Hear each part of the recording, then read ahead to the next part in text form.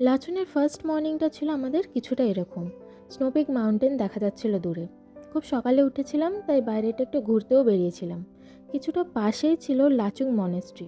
Monastery ব্যাপারটা আমাকে খুব টানে, তাই ওখানে গিয়েছিলাম। চারপাশটা এতটা সুন্দর আর শান্ত। আজকের রোডটাও বেশ ডেঞ্জারাস ছিল। আজ ছিল 0 পয়েন্ট, পুরো জমে যাওয়ার মতো ঠান্ডা। আমরা সব জায়গায় একটা পড়ে যাওয়ার অভ্যাস আছে আবার, তাই সাবধানে যাচ্ছিলাম, কারণ বরফগুলো কিছুটা জায়গায় গলে গলে বেশ স্লিপ ছিল। আর সেই দিন লিটারালি স্নোফল হচ্ছিল। বেশ কিছুদিন ধরে সিকিমে বৃষ্টিই হচ্ছিল, লিটারালি জমে যাওয়ার মতো। যেখানেই পড়ছে বরফগুলো জমে যাচ্ছে, এত ভালো লাগছিল দেখতে। দেন গেলাম ইয়ামথাম ভ্যালি, বাট সেখানে ড্যাফোডিলস পাইনি। অতটা হয়তো ভাগ্য ভালো ছিল না যে ড্যাফোডিলস আর স্নোফল দুটোই একসাথে পাবো। যাই হোক, স্নোফল তো পেলাম। এই ভ্যালির আশেপাশের পাহাড়গুলো থেকে বেশ কিছু ওয়াটারফল ছিল, যেটা দূর থেকে বেশ ভালো লাগছিল দেখতে।